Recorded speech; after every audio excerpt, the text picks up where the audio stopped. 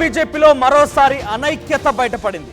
తమలో ఐక్యత లేదు, మేము ఎవరికి వారే యమునా తీరైన చందంగా ఉన్నామనేటువంటి విషయాన్ని అగ్రనాయకులే చాలా కరాఖండిగా తేల్చేస్తున్నారు కూడా. ఇక్కడ నేను ఎందుకు మాట మాట్లాడుతున్నానంటే, కాళేశ్వరం ప్రాజెక్ట్ అనే అంశం అగ్రనాయకుల మధ్య భిన్నాభిప్రాయాలతో ఒక్కసారిగా చిచ్చు రాజేసింది. తెలంగాణ బీజేపీలో ప్రస్తుతం ఈ చిచ్చు రాజుకుందని చెప్పాలి. భిన్నాభిప్రాయాలు వ్యక్తం చేస్తున్నారు ఆయా పార్టీకి సంబంధించిన నాయకులందరూ కూడా. అయితే కాళేశ్వరం ప్రాజెక్టు మంచిది అంటున్నారు ఎంపీ ఈటెల రాజేందర్, కానీ అదే వ్యాఖ్యల పైన తప్పుపడుతున్నారు బండి సంజయ్. సో ప్రాజెక్టు పెట్టిన డబ్బులు వృధా కాలేదంటూ ఈటెల రాజేందర్ చెప్తుంటే, ఈటెల రాజేందర్ కి కౌంటర్ వేశారు కేంద్ర మంత్రి బండి సంజయ్. కాళేశ్వరం ప్రాజెక్టుతో ఎవరికి ఎటువంటి లాభం జరగలేదనేటువంటి వ్యాఖ్యని బండి సంజయ్ చేస్తున్నారు. పార్టీ లైన్ దాటి ఎవరు మాట్లాడినా తప్పే అంటున్నారు ఈటెల. అయితే ఈటెలకు సంబంధించి బండి సంజయ్ ఇప్పుడు కౌంటర్ వేయడం కాస్త ఆసక్తి రేపుతోంది. సో నాయకుల భిన్నాభిప్రాయంతో, నాయకుల భిన్న ప్రకటనతో ఒక్కసారిగా బీజేపీ క్యాడర్ కూడా అయోమయానికి గురైంది.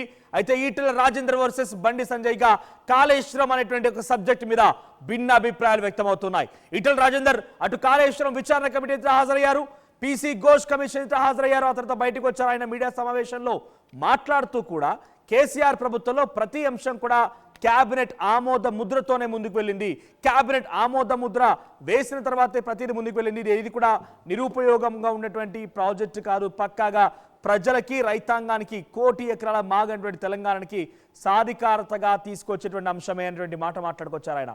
కాళేశ్వరం ప్రాజెక్టు గురించి ప్రతిదీ కూడా క్యాబినెట్లో చర్చ జరిగాకే ముందు పడింది. క్యాబినెట్లో అంతా ఆమోద ముద్ర వేశాకే ఆ ప్రాజెక్ట్ అనేది ఒక్కొక్క అడుగు ముందుకు వెళ్తూ వచ్చింది. కానీ దీనికి ఎటువంటి ఆపాదనలు అవసరం లేదు, ఎటువంటి విధంగా దీనికి తప్పుగా చూపించాల్సిన అవసరం లేదు. కావాలని కుట్రలు చేసి కాళేశ్వరం ప్రాజెక్ట్ని నిరుపయోగం అనేటువంటి మాట మాట్లాడాల్సిన అవసరం లేదని ఈటెల రాజేందర్ మాట్లాడితే, తాజాగా బండి సంజయ్ దాన్ని తప్పుపట్టారు. ఈటెల రాజేందర్ పైన ఒక రకంగా పార్టీ లైన్ దాటారు అనేటువంటి వ్యాఖ్యలు కూడా దాదాపుగా బండి సంజయ్ చేసుకొచ్చారు. బీజేపీ లైన్ దాటారు ఈటెల రాజేందర్ అనేటువంటి ఒక మాట అయితే చాలా స్పష్టంగా ఆయన మాటలు అర్థమవుతోంది. ప్రస్తుతానికి అసలు కాళేశ్వరం ప్రాజెక్ట్ అనేది చాలా పెద్ద స్కామ్.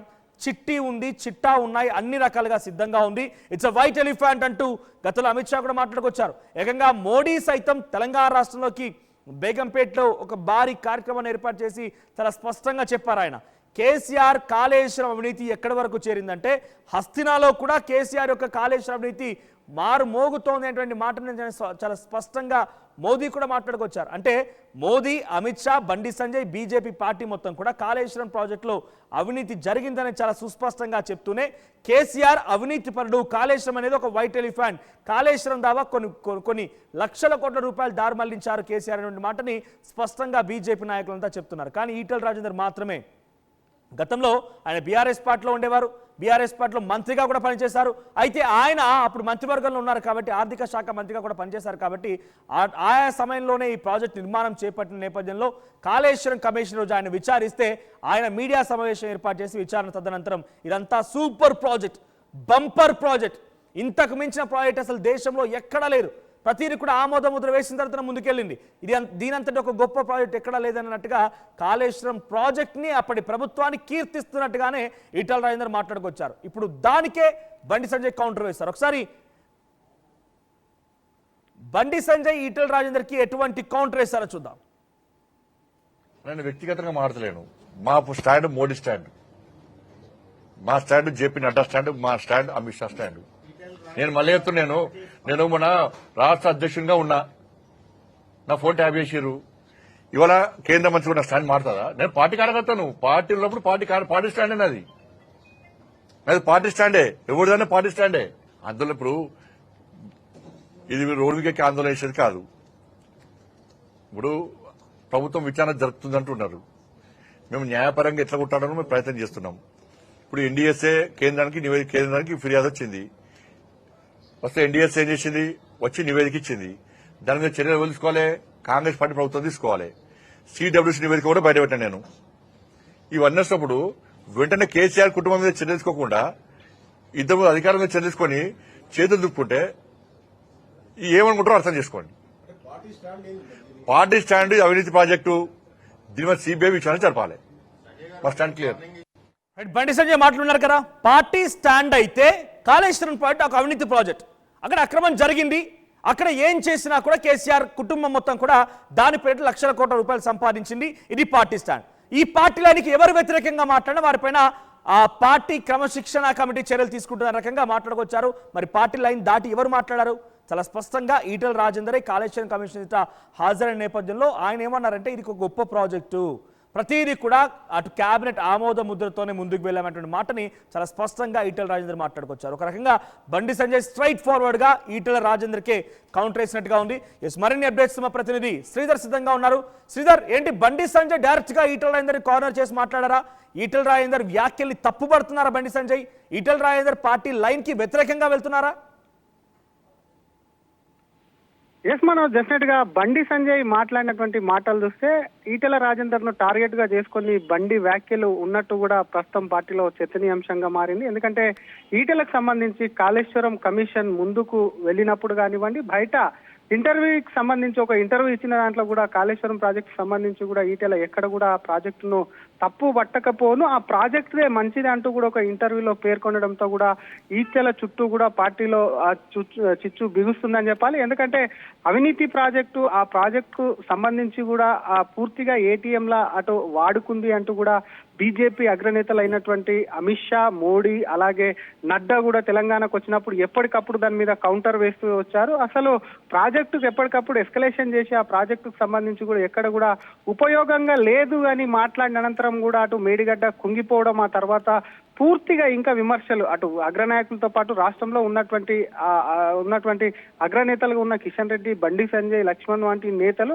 వీళ్ళందరూ కూడా ఆ ఏటీఎంలో ఒక్క రూపాయి కూడా ప్రాజెక్టుతో లాభం లేదు, అంతా నీళ్ల పాలు చేశారని మాట్లాడినటువంటి తరుణంలో ఈటెల కమిషన్ ముందుకు హాజరవ్వడం కాకుండా ప్రాజెక్టు సంబంధించినటువంటి విషయాల మీద కమిషన్ అడిగినటువంటి విషయంలో ఘోష్ కమిషన్ ముందు ప్రాజెక్టు అంతా కూడా కేబినెట్ ఆమోదమే తెలిపిందని చెప్పడం, ఆ తర్వాత బయటకు వచ్చి కూడా ఆ ప్రాజెక్టు మంచిదే అన్న మాటలు ఏవైతే ఉన్నాయో వీటన్నిటి కూడా పార్టీ లైన్ లో కూడా లేరు. ఈటెల అనేది కూడా పార్టీలో చర్చనీయాంశంగా మారిందంటూ కూడా పార్టీ నేతలు చెప్తున్నటువంటి పరిస్థితి. దానికి బండి సంజయ్ వ్యాఖ్యలు కూడా ఇప్పుడు ఒక రకంగా అదే విధంగా ఉన్నాయని చెప్పొచ్చు. పార్టీలో ఉన్నటువంటి వ్యక్తిని, పార్టీ కార్యకర్తను కాబట్టి పార్టీ లైన్ లోనే ఉంటానని బండి చెప్పడం, కాళేశ్వరం అసలు రూపాయికి ఇంకో క్వశ్చన్ కూడా రైజ్ అవుతోంది. Sorry to interrupt you. So ఇక్కడ ఏమంటుందంటే ఈటెల రాజేందర్ కూడా గతంలో ఆ ప్రభుత్వంలో ఆర్థిక శాఖ మంత్రిగా ఉన్నారు. సుమారుగా ఆయన కూడా 8 ఏళ్ల పాటుగా అదే ప్రభుత్వంలో మంత్రిగా కూడా ఉన్నారు. సో కాబట్టి ఇప్పుడు బీజేపీ ఆ ప్రభుత్వంలో ఉన్నటువంటి అవినీతి, భారీ అవినీతి అని చెప్పేటువంటి మాటలు చెప్తున్న క్రమంలో ఈటెల రాజేందర్ కూడా కార్నర్ చేస్తుంది అనుకోవాలా? ఈటెల రాజేందర్ కూడా పార్టీలో అప్పుడు ప్రభుత్వంలో భాగస్వామిగా ఉన్నారు కాబట్టి బీజేపీ ఆయన పైన కూడా కొంత అనుమానంగా ఉందా? అంటే ఇప్పుడు మాటలు కొంత బీజేపీ బండి సంజయ్ మాటలు కొంత ఊతమిస్తున్నాయి దీనికి. ఎందుకంటే ఆయన ఏమంటున్నారు, గతంలో జరిగిన తప్పే, మా పార్టీ లైన్ ఇది, మా పార్టీలకు వ్యతిరేకంగా ఎవరు మాట్లాడినా కూడా వారిపైన క్రమశిక్షణ కమిటీ చర్యలు తీసుకుంటుంది. అంటే గత ప్రభుత్వంలో ఈటెల రాజేందర్ కూడా భాగస్వామ్యంగా ఉన్నారు కాబట్టి ఆయనను కూడా ఈ రకంగా ఈ గ్రూప్లో కేసీఆర్ అండ్ కో గ్రూప్లో కలిపే అవకాశం కనబడుతుందా బీజేపీ ఆలోచన ప్రకారంగా? మనోజ్, ఒకవైపు అప్పట్లో ఈటెల రాజేందర్ ఆర్థిక మంత్రిగా ఉన్నప్పుడు అప్పుడు జరిగినటువంటి కాళేశ్వరం కానివ్వండి, మిగతా ఇరిగేషన్ ప్రాజెక్టులకు సంబంధించి ఏం జరిగింది అనేది కూడా జరిగిన విషయాన్ని పూసగుచ్చినట్టు చట్టంగా, న్యాయంగా, ధర్మంగా చెప్పాలంటూ కూడా బీజేపీ నేతలు ఈటెల రాజేందర్ కు కమిషన్ ముందుకు వెళ్ళేప్పుడు చెప్పారు.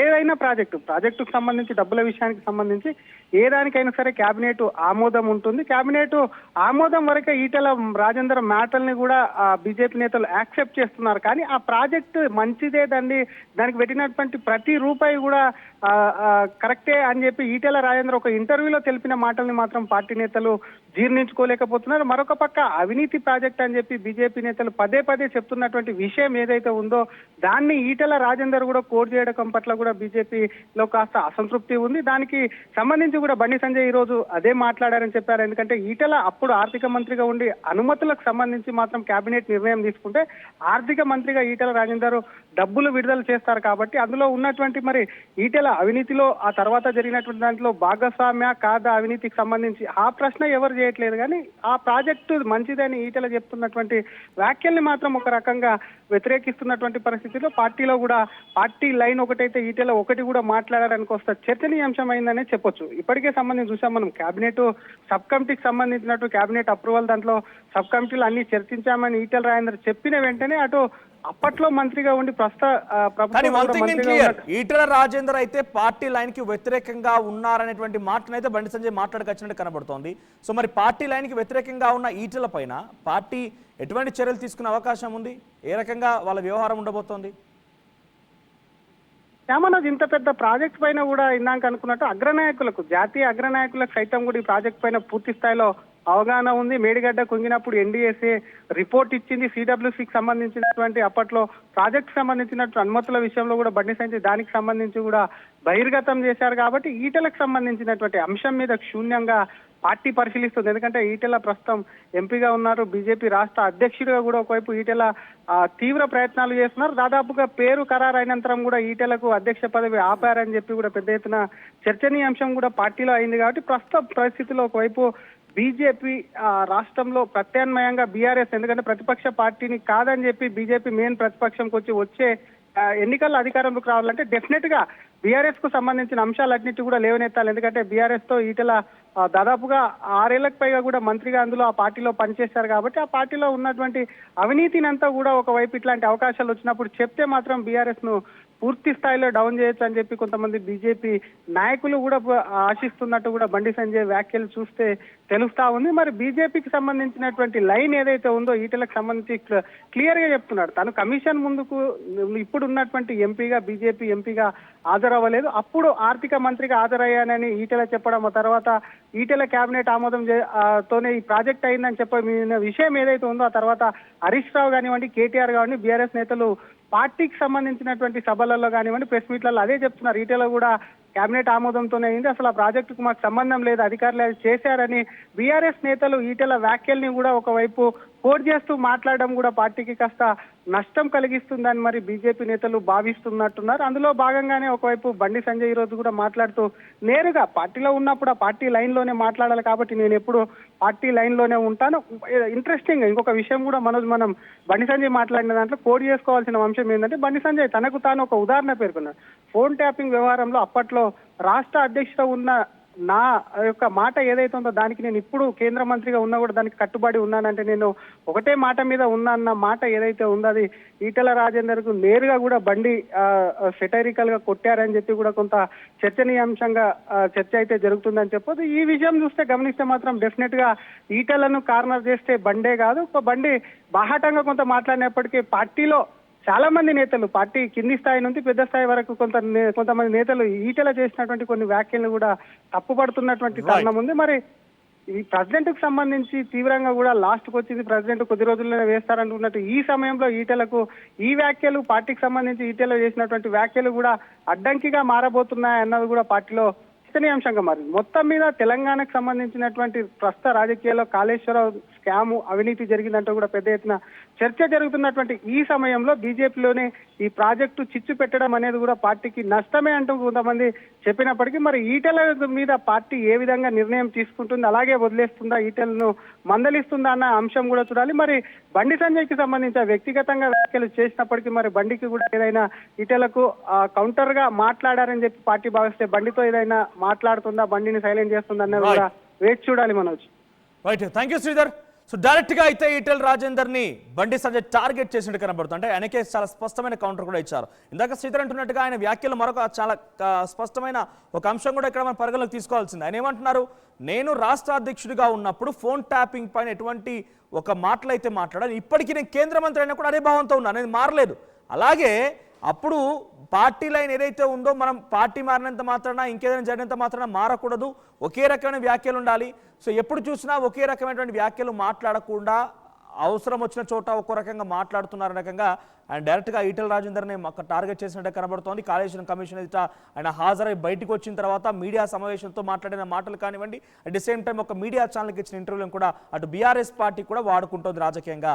అంటే ఇక్కడ ఎటువంటి అవినీతి లేదని చెప్పి పక్క పార్టీ వాళ్ళు కూడా చెప్తున్నారు, మా పార్టీ వదిలి వెళ్ళిపోయిన వారు కూడా చెప్తున్నారు. అర్థం చేసుకోండి, కాళేశ్వరం ప్రాజెక్ట్ అనేది చాలా మంచి ప్రాజెక్ట్ అనేటువంటి మాటని బీఆర్ఎస్ పార్టీ ఈటెల రాజేందర్ని కూడా వ్యాఖ్యలను కూడా మాడుకొని రాజకీయంగా ఎత్తుగడలు వేస్తోందని, అంటే ఇది కూడా డెఫినెట్గా బీజేపీకి నష్టం చేకూర్చే అంశం అనేటువంటి బీజేపీ పార్టీ భావిస్తోంది. సో బీజేపీ అగ్రనాయకుల మధ్య ఈ రకమైనటువంటి ఒక సయోధ్య లేకపోవడం, ఒకే రకమైనటువంటి ఒక స్టాండ్ లేకపోవడం ఆ పార్టీ శ్రేణుల్లో కూడా కొంత అయోమయానికి గురి చేస్తోంది. సో మీ అభిప్రాయం ఏంటి? బీజేపీ నిజంగా యూనిటీగా ఒకే స్టాండ్ పై ఉంటుందా?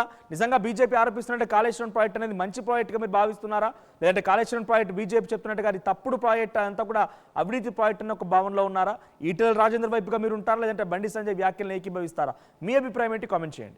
అసలైన తొలి వెలుగు. ఫాలో వాట్సాప్ @తొలి వెలుగు official.